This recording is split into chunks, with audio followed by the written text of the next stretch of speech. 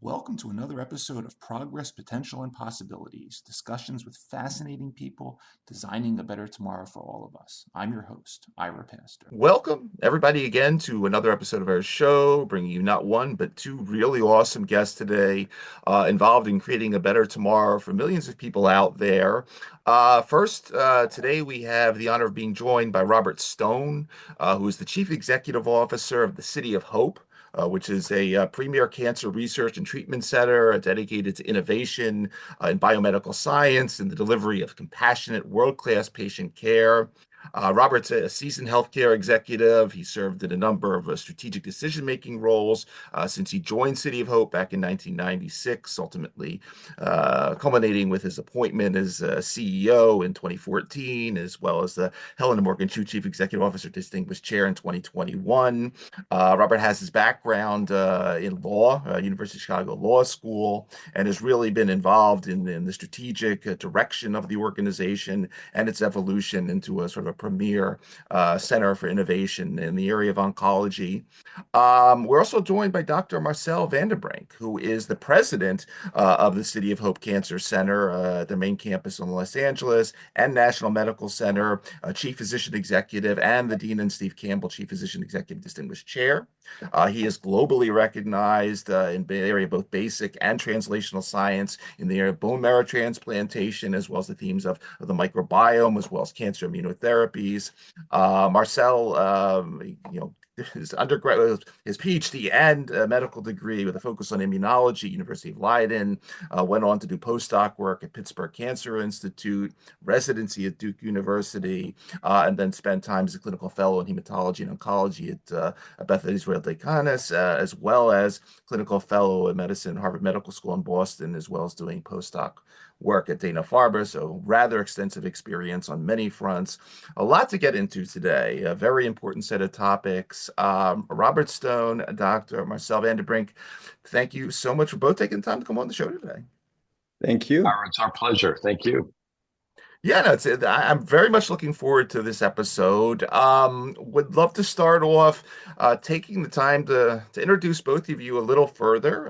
Robert, we could start off with you. As mentioned, you had a law background, and about 30 years ago, you started as a junior member of the legal department at City of Hope. Obviously, worked your way up through strategy and into the CEO position. Talk a little bit more about yourself. What got you into law, and ultimately, what got you focused in sort of the broader operational interest of the City of Hope organization? Well, I was very, very fortunate to join City of Hope. I went to law school, as you mentioned, Chicago. I thought I wanted to be a lawyer, and what I discovered when I came to City of Hope was a new way to take the legal background to see how pieces fit together, how you could move organizations in new ways. And I found a way to point that towards helping people.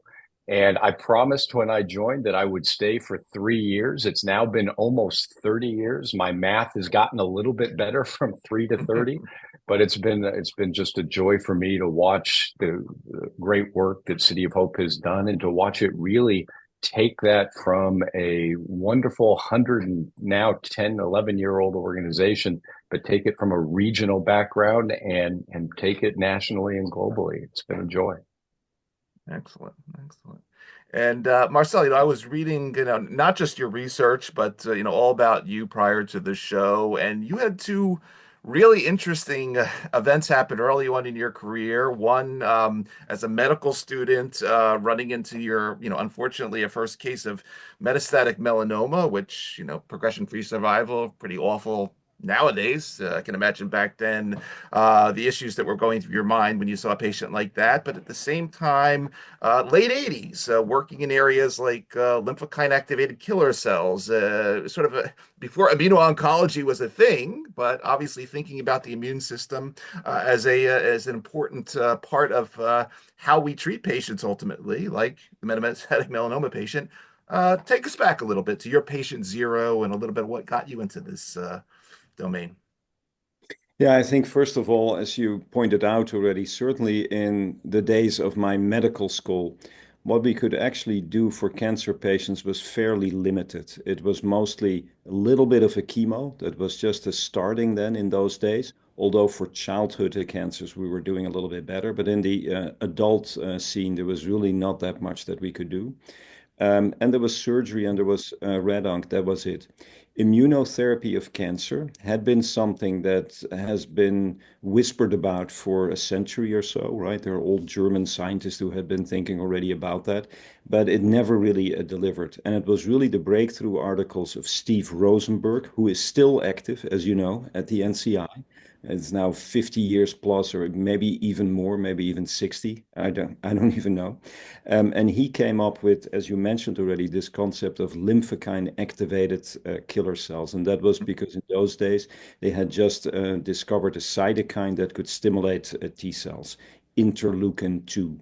Yeah. It was unclear what kind of cells they were. So my very visionary PhD leader, Jon van Root, the person who should have got the Nobel Prize for discovery of HLA, but didn't get it, unfortunately, because they only could give it to three and been number four. He had the vision to say, there is something there. You should go into this field. So he primed me and he let me go to Pittsburgh, where there were some experts in that field and K cells specifically, because we figured out that the cells that were being stimulated in those lymphokine activated killer cells were NK cells. And that started my journey. And initially, I always thought I would go back to Holland, which I also did for 1 year. But then I realized that for a physician scientist, and if you allow me to dwell a little bit on that, because I Sure. think it's very timely to say something about that. For a physician scientist, the opportunities within the US healthcare system, biomedical research system, are still better than anywhere else. That is why I decided to go back. And I still feel that for the brightest minds in biomedical research, the US is one of the best places where you could go. And certainly, if we think about what is coming to us in the upcoming years, I think in this area, in the field of biomedical research, we have to be mindful of the fact that almost half of our workforce are folks from other countries, immigrants who are coming here because they want to be part of this amazing enterprise that has been built. So that's something that certainly at City of Hope we are mindful of also. We have a lot of foreign graduate students, postdocs. We want to take care of them because we know how critical they are for what we do in our science. And I have benefited from the generosity of the US system. Excellent. Excellent message. It's quite interesting because we know we have previously, because we think of sort of the City of Hope message, which is prevention, treatment, and cure of cancer, but also other life-threatening diseases. And we have profiled other City of Hope thought leaders on the show in the past. We talked to John Addictor in terms of HIV and patient number 4, Charles Brenner on the diabetes front. We have not touched on cancer yet, but City of Hope is one of the comprehensive cancer centers designated by our NCI. Robert, I wonder if you could take a little time just to reintroduce us to City of Hope and then also what it means to be a comprehensive cancer center. I mean, you have responsibility for research, responsibility to teach, responsibility for that next generation of clinicians, but you have to do a lot of other things in terms of laboratory science, behavioral and population-based research. Walk us through what exactly it means to be a comprehensive cancer center. Sure. All right. So if we take a step back, there are 57 comprehensive cancer centers in the United States, and we are at the top echelon of that. And ranked as one of the top 5 cancer centers by U.S. News and World Report. And one of the benefits that we have is being able to focus all of our time and our attention into cancer, everything from prevention to early detection to care to research, and to bring it all together and to be innovative. When you think about it, our approach towards innovation is fairly common, Ira, with the approach I've read that you've taken. You need to move fast and focus on transformative breakthroughs rather than just being satisfied with incremental progress. And I'm proud of the phenomenal progress that we've made. If you think about City of Hope in total, we've now become one of the largest cancer research and treatment centers in the country. We treat around 160,000 patients a year in our various locations. We are in 5 major metropolitan areas outside of Los Angeles, Orange County, California, Phoenix, Chicago, and Atlanta. And 86 million people live within driving distance of a City of Hope facility. And I think if you take a step back and really think about what a mission of a comprehensive cancer center is, it's to develop the next generation of therapies, ultimately leading to cures, and it's to apply those to individuals. I think one of the unique things about City of Hope is the translational or applied aspect of our science to really make that benefit that's practical. Mm-hmm. You want to take superior outcomes and research breakthroughs, and take, frankly, the increased national and even global recognition that we've achieved, and put those all together and allow us to act on the vision of ensuring more people have access to advanced cancer care. For those of us who really don't know us as well as they hopefully do at the end of today, 200 million people around the globe benefit from that research that we have. And here's the thing that you need to keep in mind that people don't always focus on.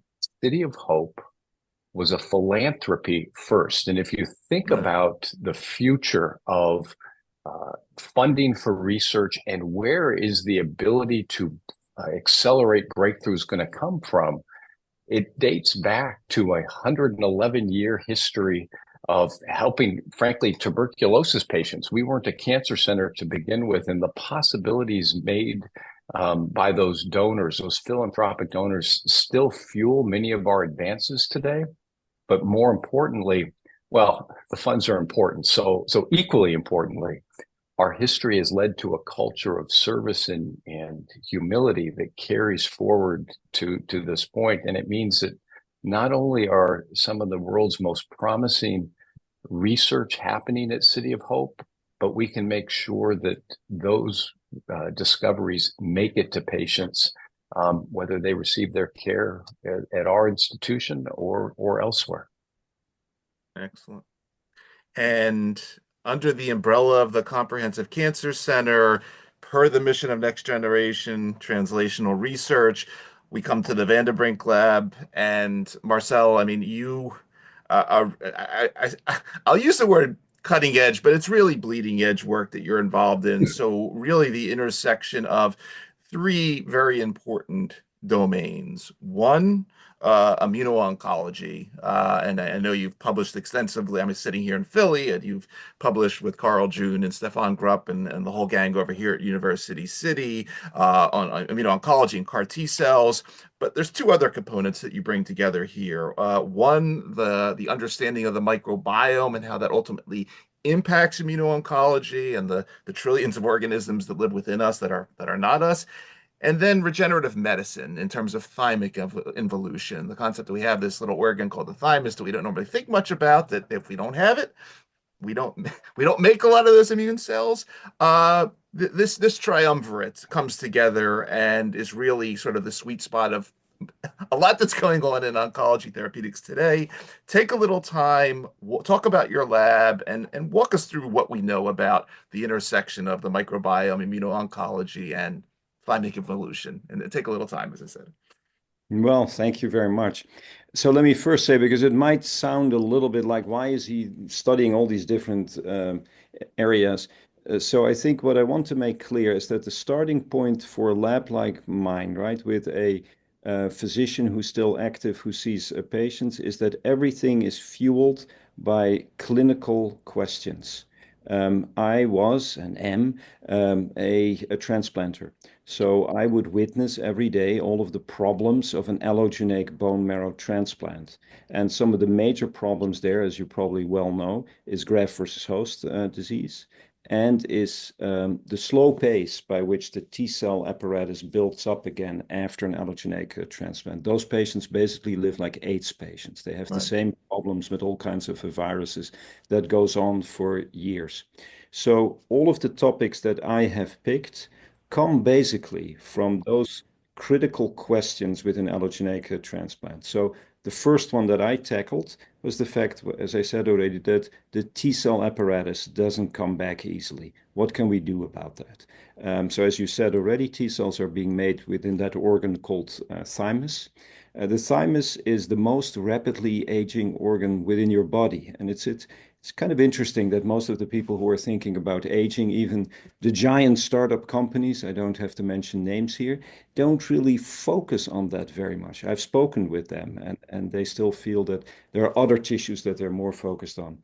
If you want to take some kind of quote from many famous artists, right, who said, I was born and I started to die, that's basically what happens with the thymus. A newborn thymus is the most functional, the biggest the thymus. After that, it starts to go downhill already. Involution is already very clear in teenage years, in your 20s, in your 30s. By the time that you reach my age, a thymus is mostly a clump of some fatty tissue, some stroma, and a few functional islands. I think what we come to realize more and more is how critical the organ is, because it's not even so much about making T cells, it's the T cell repertoire. You need to have diverse T cells. And that function can only be delivered by a functional thymus. So with age, that means that your T cell repertoire shrinks. What are the consequences? Well, first and most of all, there's more and more evidence that that is one of the reasons why immunosurveillance against cancer, which is delivered by mostly T cells, starts to fail, and why the incidence of a cancer with age goes up and up and up. The other thing that is, of course, during COVID and virus outbreaks is very obvious is you need functional T cells, and you need to have T cells that can be vaccinated.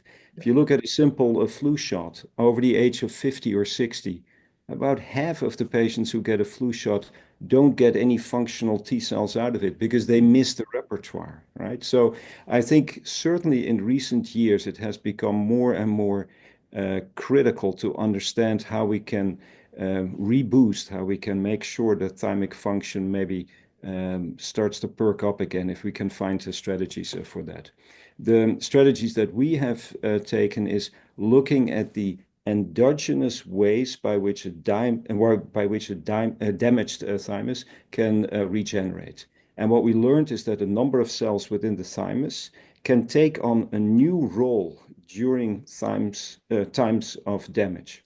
For instance, an endothelial cell, right, which is normally just a lining of all of the vessels within your organs, suddenly in times of damage can start to make growth factors that help with regeneration.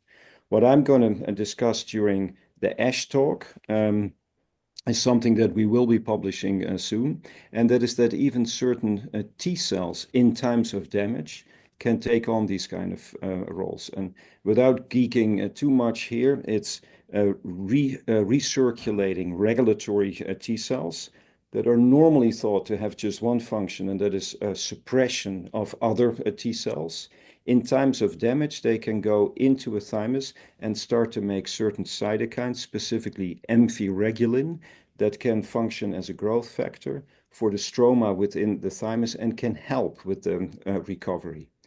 So we have a number of these pathways that we're figuring out now, and that we of course want to try to weaponize and turn into therapies.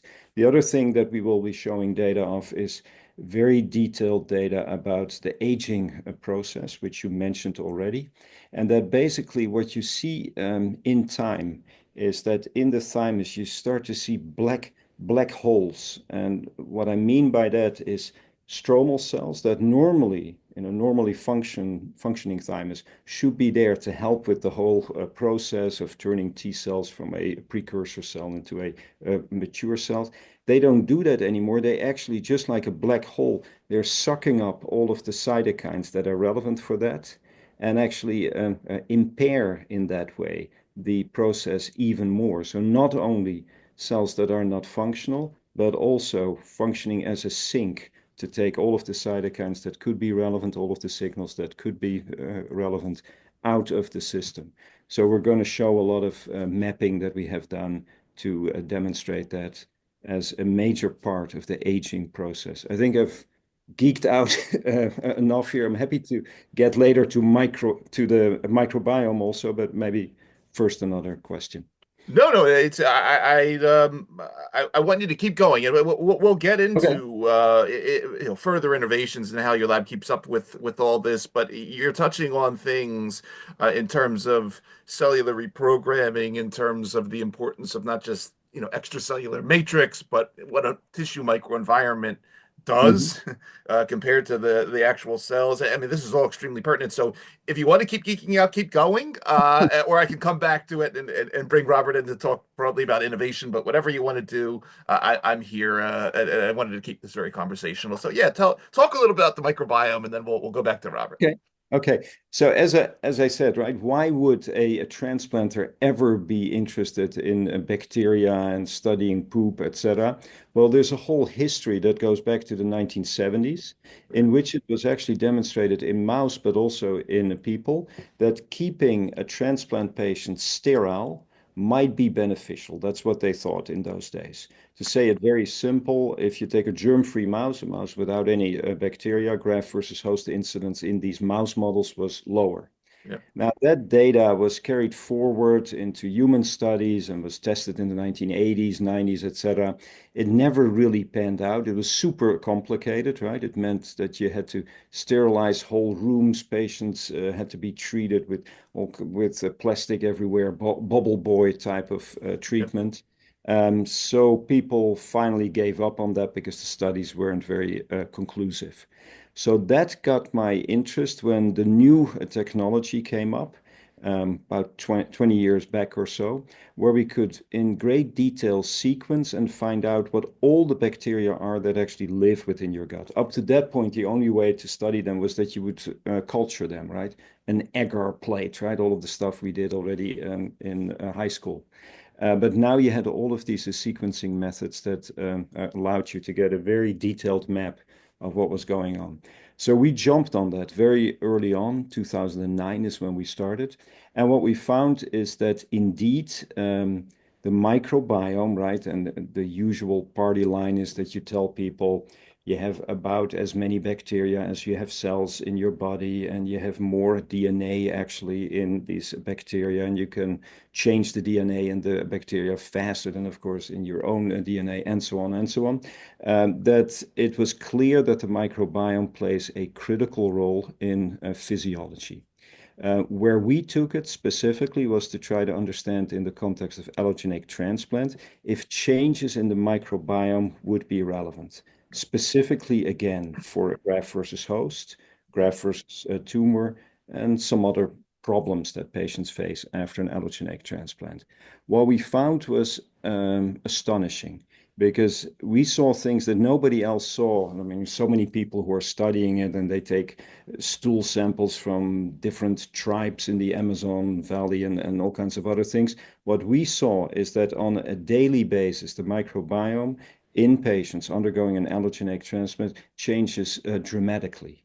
And most of the patients at a certain point in their transplant journey will have almost a monoculture of bacteria. So you go from what first looks like 300 different types of bacteria living like a beautiful forest there to a single strain dominating everything.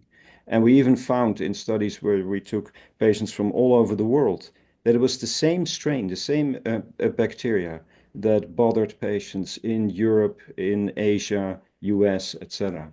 So those were really some breakthrough findings that demonstrated that you saw these dramatic changes and that they were linked to worse outcomes, specifically increased incidence of lethal graft versus host. So that has been a major starting point. Where are we now and what are we going to show at the ASH meeting? The impact of diet. Everybody realizes, of course, that diet, first of all, gives you nutrients and is relevant for all of the calories that you take in and your vitamins and whatever. But diet is also a way that you can modulate the flora within your gut because it's food for the bacteria also. And one of the ways that we have to try to use that is to look specifically at the role of fiber. There are certain fibers that your body cannot take up, for instance, cellulose, which is the most common fiber. So those kind of fibers really, if they have any health benefit, it has to be through your microbiome, right? Because you don't take them up, otherwise they would just flush through. Right. So what we found in two studies that both hit the press conference platform for ASH is number one, if you take patients with myeloma, and they have an early stage of myeloma, MGUS or smoldering myeloma. You put them on a high fiber plant diet, you see that you can slow down the progression of that disease, apart from some other health benefits that these patients were losing some weight and so on and so on. And we could demonstrate that one of the effects was that the diversity within the microbiome was better when these patients were on that diet, and that specifically some of the products made by the microbiome were found at higher levels, such as short-chain fatty acids, butyrate being one of the critical ones. Then we took that same question into a mouse model. We had a mouse model with some Italian colleagues where you could also demonstrate that if you put mice on a high fiber diet, progression in these mouse models is slower. And there we could go a little bit further and look at some of the details, what all of the mechanisms were there. The second study was within the context of allogeneic bone marrow transplantation. Again, a study where we took both mouse and man. In humans, in patients, what we saw is patients who were able, specifically in the first course of their allogeneic transplant, to eat more fiber, they were better off. They had a lower incidence of a graft versus host. We could again take that to mouse models also, and there we could demonstrate very carefully that it had impact on the ratio of regulatory T cells, right? Now cells in this context that are dampening the T cells that are causing a graft versus host, and a number of other benefits. So those are two of the talks that we will have at the ASH meeting and will also be covered during the press conference. I feel that I'm talking way too long here, so maybe I should. No, it's perfect. It's systems biology in action. When you bring all this together, it's innovation, which is obviously the sweet spot of our show. But now I'd like to bring Robert back in now. As CEO of this organization, looking at innovation from the organization perspective, and clearly, City of Hope has quite a long history here, going back to the 70s and development of synthetic insulins. You have your Translational Genomics Research Institute. Innovation isn't cheap. And Robert, when Marcel calls you up and says, "Hey, you know what? I would like for us to have a new Center for Microbiomic Studies." Here we go. It's your role to get that done. Big checks, fundraising. Talk about innovation from the CEO perspective. Talk about sort of the day-to-day of what you think about, whether it's fancy new AI labs or new things that Marcel needs or any of the researchers. This is an important role that needs to be continually updated.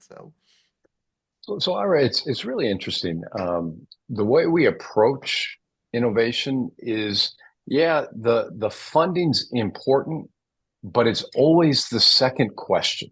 The first question is, what's the impact we're going to make? And how is that impact going to be made available to people? We talk a lot about innovators and we say we're innovators in everything that we do, from the lab to life, meaning our innovations start in the lab and they extend all the way to the way we deliver advanced cancer care to America's communities. We also have another credo that we try to keep front and center when we're making decisions on which direction to go, and that's that cancer is the competition, not other organizations. And that means you have to partner with other innovators worldwide to bring an end to cancer. I talked a little while ago about this ingrained humility that is something that attracted me 30 years ago to City of Hope, and that I'm proud to say remains. It's that humility that you don't always see, that we can't do this alone, that we're going to partner. So what does that impact look like, and how big can the impact happen, and how fast can it happen are the types of questions I ask when Marcel brings these wonderful ideas to me, because I will tell you, and it won't surprise you, the ideas and the potential outnumber the possibility, outnumber what we really should be taking on at any given point. And that has to do with speed. Let me give you a couple of examples of how we put this into practice. You mentioned the Translational Genomics Research Institute. We call it TGen. We added that to our organization just under 10 years ago to aid our genomics, precision medicine, and early detection programs. Another example, just under 3 years ago, we acquired Cancer Treatment Centers of America as a vehicle for getting that care out into the community and create a nationally integrated system. The acquisition of CTCA, Cancer Treatment Centers of America, was designed as a research network, a way to bring clinical trials and expertise to patients across the country. And you can, I think, readily see the benefits for research, for data, for the chance to learn and feed our labs, which will impact patients across the country. So if one patient walks into our Chicago hospital, that patient has access to the world's leading subspecialists and experts, not only from Chicago, but also from California, Arizona, and Georgia. That's how we're innovating, taking the great ideas that Marcel talked about and making them practical. Another example, just to name we founded an organization called Access Hope, right, which is where we collaborate with other leading cancer centers. We founded it with the idea that we will support community oncologists. So 4 out of every 5 cancer patients in this country don't get their care at an academic medical center. They get their care in the community. And we have to find a way to get that knowledge that Marcel and his colleagues have out to them. And so we partnered with Dana-Farber, with Johns Hopkins, with Emory, with Northwestern, UT Southwestern, and the Fred Hutch. And that program together makes available the combined expertise of those organizations for today 7 million people who are part of our program. And maybe the last example I'd give you is we established just a few months ago the Stevenson Prize for Pancreatic Cancer Research with a $150 million donation from Emmett and Tessa Stevenson. This will fund the most promising research worldwide for this notoriously underfunded and under-researched cancer, which is, I'm sure you know, is one of the most deadliest cancers that we have. The most unique aspect, Ira, of the gift is that because of the Stevenson's generosity, we formed an annual $1 million prize to go to the individual researcher or team of researchers, not the organization, the individuals who are making the greatest contributions in pancreatic cancer research. And the unique part is, while we were awarded the donation, the prize will be awarded to, regardless of the researcher's affiliation with City of Hope. This again goes back to the bottom line of we don't work in silos, we work in partnership. I want to continue along that line for a minute, because I just, because you talked about innovation and tech and product, but also in access, and you mentioned Access Hope. We spent a little time with some medical directors from companies like Jaguar Land Rover, Pepsi, Chevron. And there's been this interesting theme that the chief medical officer at a lot of these large organizations that obviously have a lot of employees and they oversee their health is not a function anymore that they're keeping in the back room. The chief medical officer is an important part of the management team, and we don't just drag them out when something like COVID happens. But I wonder if you could just say a couple more words about Access Hope as it pertains to sort of this employee-sponsored cancer benefit, because I think that's something that maybe deserves a couple more minutes, because we don't normally think of the amount of time we spend at our employers, and the fact that many of these organizations are beginning to have this more critical, this important role in a much more prominent space in the management team. I wonder if you could talk and say maybe any learnings or experiences you had on that front while we're on that theme. Yeah, so think of it this way. We have found great interest in from employers across the country in, first and foremost, caring for their employees. There is I believe, an almost altruistic goal of, these are people we want to care for. They're our employees. We should provide them the best care. So I think that is absolutely there. But I also think that there are real business reasons that employers look to address the cancer burden of both their employees and the family members who are on the benefit plans of the employees.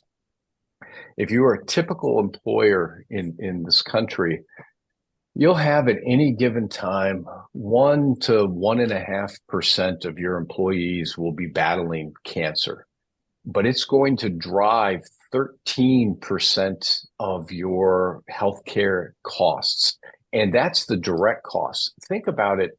If you have someone, cancer touches all of us. So you've undoubtedly, Ira, people who have had cancer and they've heard the terrible words, "You have cancer." What do? They start at work Googling their disease. What are the outcomes? What types of treatment should I have? So they're not focused on their work. They miss time. They may have to be ultimately replaced. All of that plays in. And what we have found is, much like the rest of the country, 80% of those individuals don't have the access to come to one of the comprehensive cancer centers. And frankly, if the comprehensive cancer centers were able to open their doors to everybody, they couldn't handle the volume. So the unique part about Access Hope is it was not designed to have patients come to the 7 centers I named. It was designed so that the 7 centers pooled their knowledge and their resources and served as a resource to the treating physician in the community of the patients who were either employed or on the benefit plans of our client employers. And it's worked wonderfully. And at base, it's designed to make sure those individuals have the right diagnosis and the right treatment plan. And it's been well received. It's been well received by the employers, by their employees, and by their treating physicians who are looking for that subspecialty expertise. Excellent. Excellent. I appreciate you spend a little more time on that one, Robert. I wanted to stress that message. One more dimension of this that, and Marcel, this brings you in because you know, as I went through your extensive publication history, one of the papers that stood out to me. This goes back to 2010. It was a paper that you wrote the on sort of diversity of both racial and ethnic minorities in cord blood banking per HSCT, and this is in 20 as we get close to 2025 is a pretty important topic. I mean, FDA just came out with sort of their guidance on diversity in clinical trials. Clearly, as you talk about some of the things you are talking about in terms of say the microbiome, there's not just one microbiome, there's quite a diversity of them, and we're only beginning to understand that. Talk a little bit about this angle of the access equation, because I think it's kind of important as we get further into this area of personalized precision medicine that we have the proper representation, not just in clinical trials, but in sort of these biologic data sets. Well, let's take it first to where you started, right? The major problem that we've had for decades with giving people from a minority background, or I should actually say the non-white Caucasian people, and it was pretty much every group that wasn't non-white Caucasian, to have access to allografts, right? That was a major problem. So many donor banks have been struggling with that. And it has never been really solved by simply lining up more donors. For instance, one of the problems with African Americans is that the ones living within the US often have some mixed ethnic background, so that it's very difficult to find a good match, even if you would try to line up as many donors in that category. But that's where science actually has helped us, because what we have learned in the last years is that we can come up with new protocols for allogeneic transplant. You might have heard post-transplant cyclophosphamide, which allows us a greater degree of mismatching. So now actually we can tolerate that we find an allograft that is not completely matched, and that definitely has opened up the opportunities to serve better communities where it was always difficult to find the right match. So that was a problem that was really solved not by going out there and get more donors in all the different ethnic groups, but by doing the right science so that we can deal with disparity at the HLA level. So that is one thing. Then taking the question in a broader sense, well, one of the things that we've been working on specifically in the last year is to come up with a nationwide, system-wide clinical trial office where we really make it possible for trials that are being launched by whoever in one of the 5 entities, that they can go to all of the different entities that are part of the City of Hope nationwide network with one IRB and a lot of streamlining of all of the protocols. That will really allow us to go deep and to figure out in each of the entities what are the most relevant groups we want to serve, right? Might be in some city that it's more interesting to look at Hispanics and see if we can reach them with our trials. In another group, it might be African Americans, might be different in each of the cities. I think by having now this well-organized system-wide clinical trial office, we can come up with trials that serve the specific communities in that big network that we have now nationally. So we're very hopeful that more patients will benefit. Excellent. Ira, let me, if it's all right, just pick up on that Please. for a second, because Marcel's your question and then Marcel's answer hits on a really important point that ties into the research and how you make it available to vulnerable populations. And for me, it comes down to what's the definition of value. And I don't mean just this in City of Hope's national system, but overall throughout the country. And we have to keep in mind that value and access to the cutting edge clinical trials and the research that's happening at centers like City of Hope, those two concepts are linked by the concept that access means survival. And the greatest definition of value, the one that cancer patients care the most about, is survival. And so think of it this way, conversations that are happening in the policy halls and insurance discussions about value in healthcare today are too often limited to discussions about cost savings and maybe risk management by doctors. And I'm not saying that cost is unimportant, but what Marcel, I think you've said to me many times, and I truly believe, is that we should start the value conversation by focusing on the benefit to society of saving a life.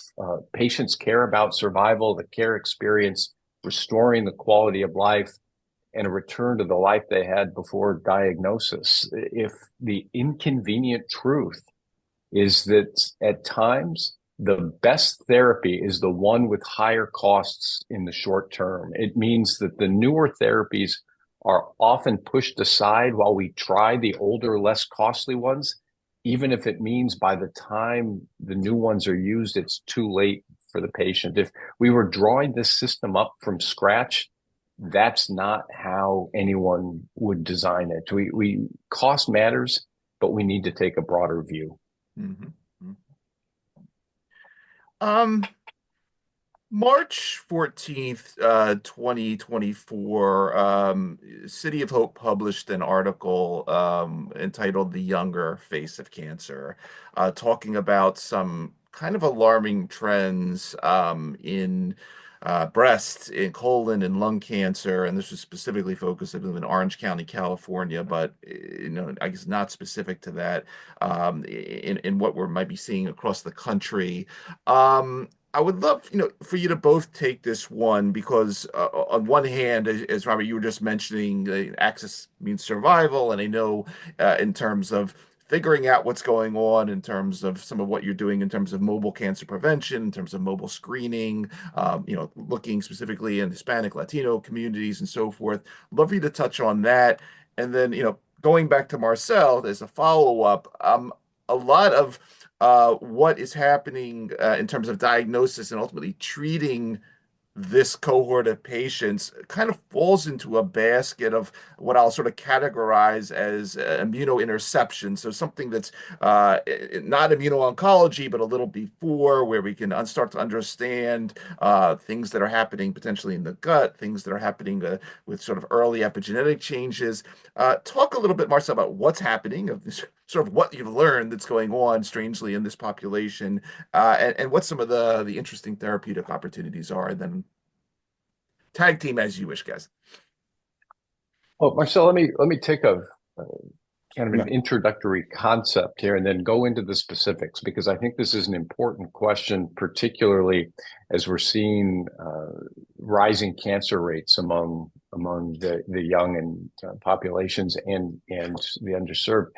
I think, Ira, a couple things. One, we've talked about access, and we know that for cancer patients, outcomes vary dramatically due to factors such as your zip code or your socioeconomic status, the distance you live from an NCI designated cancer center, or the type of insurance that you have. And these are inequities that you have to address. Being a leader in advanced cancer care really only matters if patients can access the services, as we've talked about throughout the show. I think we can all agree, the three of us and everybody watching, is we can agree on the fact that a zip code shouldn't dictate your chance of survival. And I like to tell people that if you focus on what's good for the patient and what they value, as we've talked about, survival, quality of life, and a return to normalcy, you can make a world of difference for families. But the key is, we as a cancer center have to go to them and meet people where they live, meet people in what their needs are. And to answer your question, we do it in a variety of ways. We've talked about access hope, the idea of how do we help their treating physician. We've talked about growing our own network, both inside of California and then throughout the country. We've built and mobilized vans to take screening opportunities to organizations. We've partnered. I think some of the future, a lot of the future is going to depend on early detection and prevention strategies. So we've taken screening opportunities and taken them out into the community through partnership with community organizations. In the last year alone, we provided a community benefit that was north of $500 million to take our research and make it available out with where people really need it. Marcel, take some of the research and from there. So let's be honest first. And at the moment, it is still a wide open a question why this is happening, right? We have to be honest. There are a lot of people pontificating about it, but I think what we need more, first and most of all, are better studies. I would even go one step earlier, and that is we need to create awareness. Because if you listen to many of the stories of, let's say, a patient in their 30s who had GI cancer, almost all of these stories start with, I had these symptoms, but I didn't really believe that it could be cancer. Or the healthcare workers who I was dealing with, they didn't really think that it could be cancer in a person so young. So I think that's where we need to start awareness.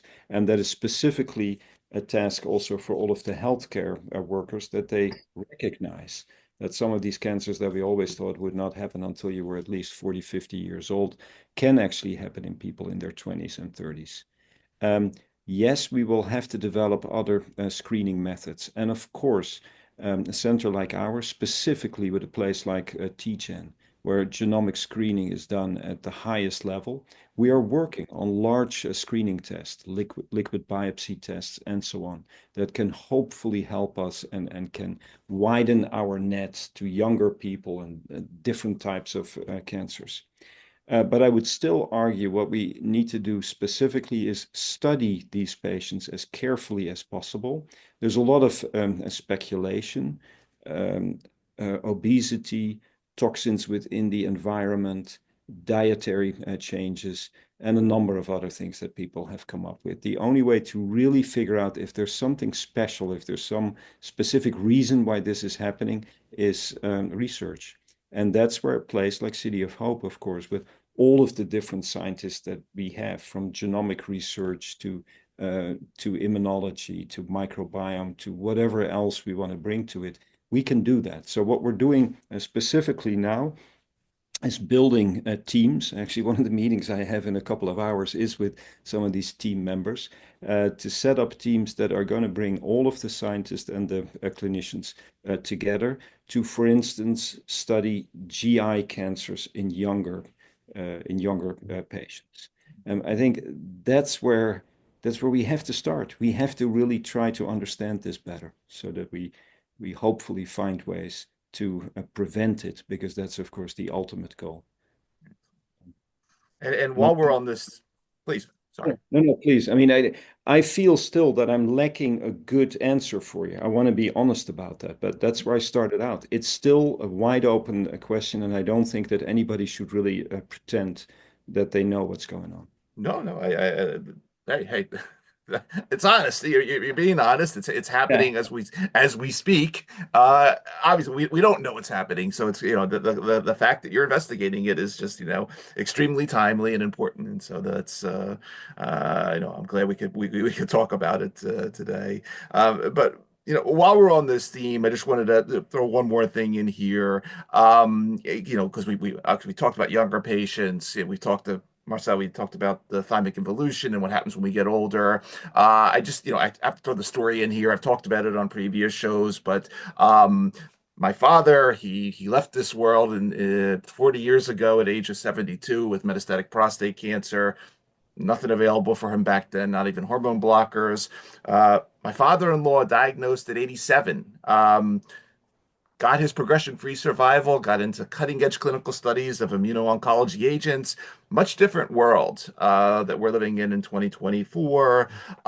Say a couple words, both of you, if you would, just about the Cancer and Aging Research Group, the Geriatric Oncology Center, and the fact that elderly people are also an underrepresented minority in clinical trials, but the fact that we are seeing, hey, in that case, an 87-year-old that was in a clinical trial for a radiotherapeutic antibody is unusual. And if I wonder if you could just both talk about that for a couple of minutes. No, I'm actually so happy that you raised that subject. Going back again to all of the detailed collection of outcomes data that we're working with now at the moment, it's really something that Robert and I took as, I would say, a new and better way to look at the quality of what we're doing, to really focus on the ultimate thing, which is outcome, which is a survival. In some recent data that we were looking at for certain cancers, we noticed that the biggest difference where being treated at City of Hope matters the most is in older patients, which probably is due, of course, I have to speculate, but I don't think that is so much of a speculation. That still, for many doctors, when you get older, you can't really tolerate all of these chemotherapy and other regimens that we're coming up with. First of all, as you well know, we have changed the way that we're treating cancer in so many ways, with actually mostly therapies that are less toxic, right? The old concept that cancer therapy means you get some terrible chemotherapy agent, you're going to lose your hair, you're going to puke your guts out, and it's going to be terrible, is no longer true. Most of the therapies are much milder, if you can call it that, are much more tolerable. And we have learned to manage all of the symptoms better. And that's actually something where a center like City of Hope and other cancer centers are really specialized. They know how to deal with these therapies. They know how to deal with all of the toxicity. And therefore, they can give the same kind of therapies that you would give to younger patients, to older patients also. As I said already, when we measured that, that's where we saw the biggest differences. And to just go to one other area where we really noticed that, allogeneic transplant. As you might know, City of Hope is the largest allogeneic transplant center. Both auto and allo together, we're doing 850 transplants annually. And if you look at over the last years, where again, one of the biggest growth was in older patients over the age of 70. When I started my training, we would never do a bone marrow transplantation in a patient of that age, in that age category. So these are some of the big gains that we're seeing at the moment with how we can manage therapies and how we can offer therapies almost throughout the whole lifespan. There are very few patients who disqualify at the moment, that we can't offer these patients. That is an enormous progress that we have seen over the last years. And Ira, just add to that. I mean, we've talked about access. We've talked about meeting patients where they are.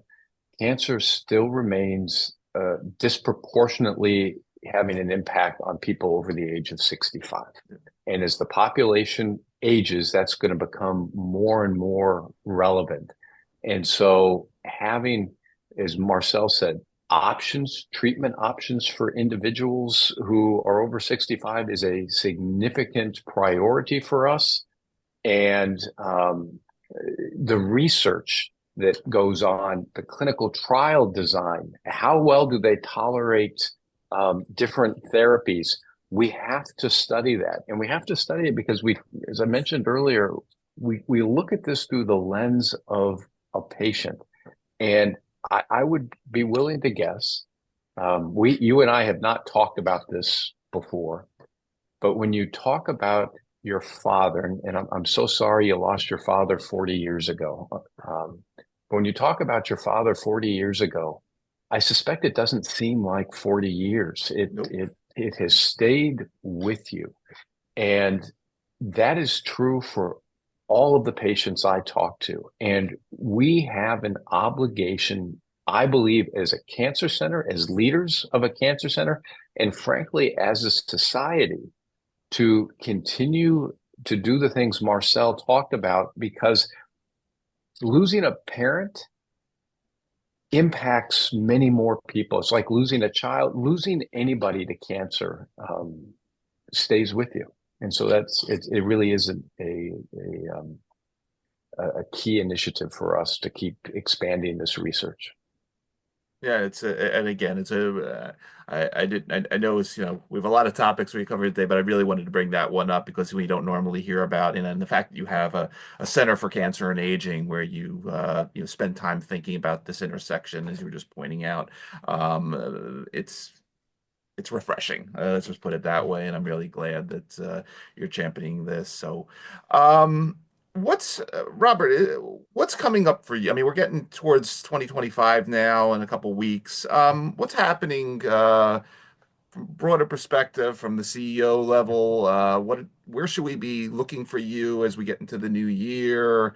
Conferences, talks, any other initiatives that you'll be championing that you can mention while we have you today? Please, take the floor.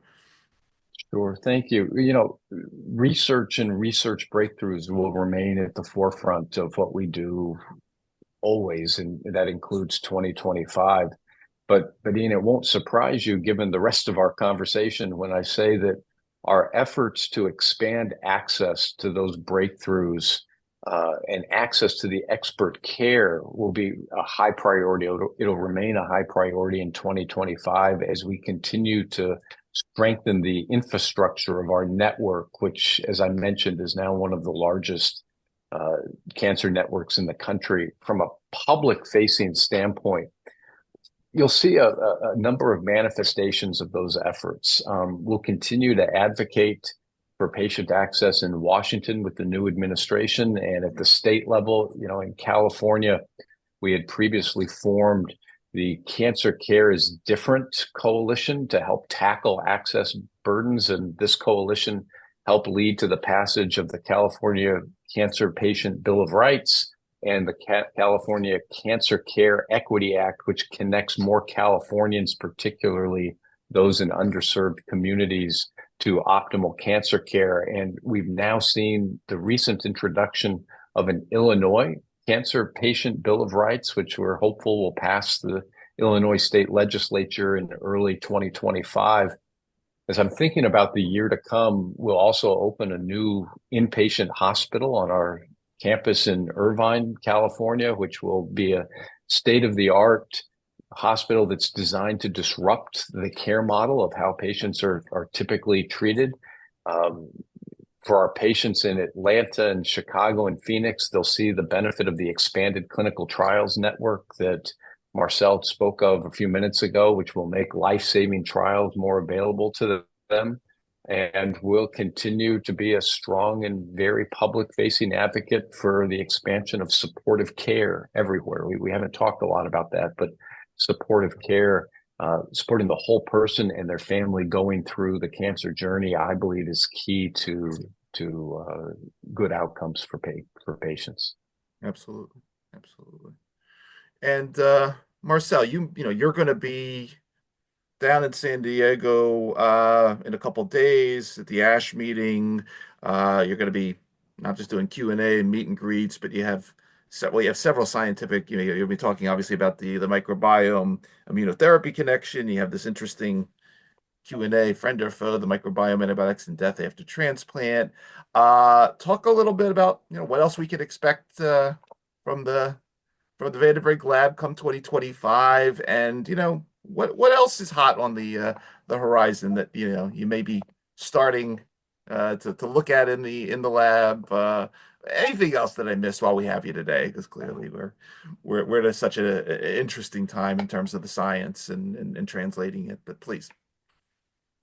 Well, I would say within my lab, it is really building mostly in the two areas that you mentioned already. So for microbiome specifically, we want to do more studies about diet. We have some very detailed diet data in transplant patients, 173 transplant patients, where we know exactly what they ate hour by hour almost, data that nobody has at that level of detail.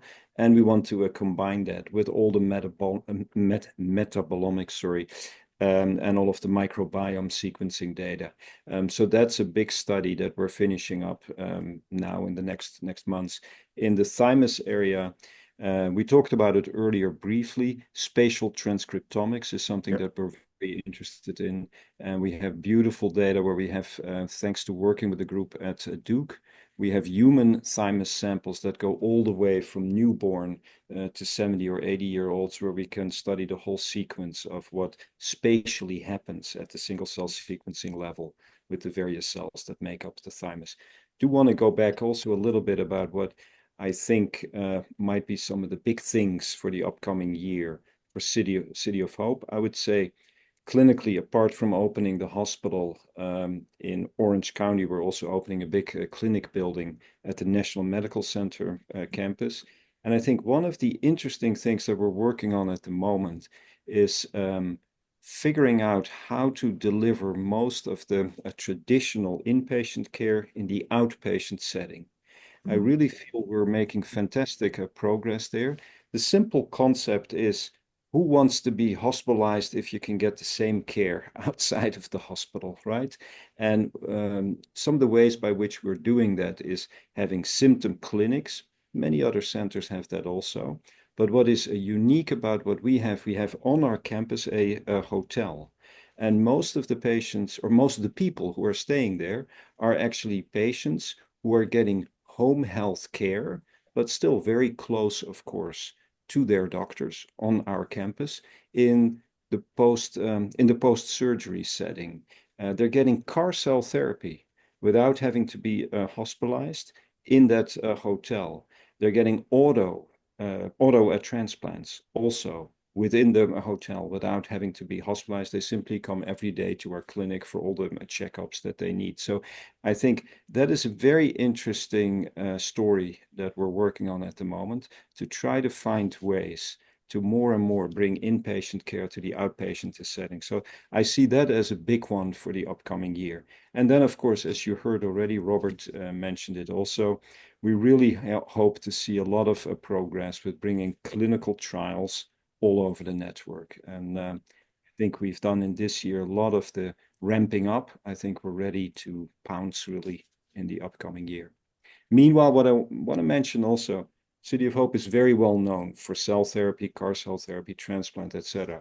But actually where we see the biggest growth at the moment is in surgical oncology and in rad-onc.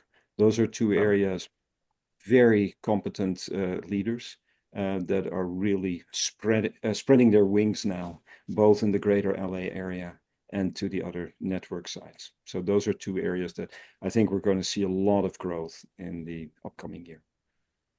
No, it's outstanding work and a portfolio, and yeah, I will be happy to profile additional thought leaders and drill down on some of these themes that you're mentioning. But it's it's very impressive. Again, marrying innovation with compassionate care, with access and value, really, a full package, and just, wishing you both and your respective teams the best with all this as we head into 2025. Really, really awesome work. Again, for everybody that is going to be listening to this episode of our show across the various podcast networks or watching it on our YouTube channel, you've been spending time with Robert Stone, Chief Executive Officer at the City of Hope, and Dr. Marcel Brink, President, City of Hope Cancer Center. Gentlemen, it was really an awesome time having both of you. I want to thank you for both taking the extensive amount of time out of your schedules to talk to us for a little while about what you're both up to. Obviously, thank you for everything you do to, get us one step closer to purging this world of this awful disease. And as we like to say on our show, thanks for helping to create a better tomorrow for millions, billions of people out there via the type of work you do. Really, really a great story. And it was one that having both of you. Thank you very much. Ira, thank you for the opportunity. The hour flew by, and we greatly appreciate the chance to tell our why of what we do. Wonderful, wonderful. Great having both of you.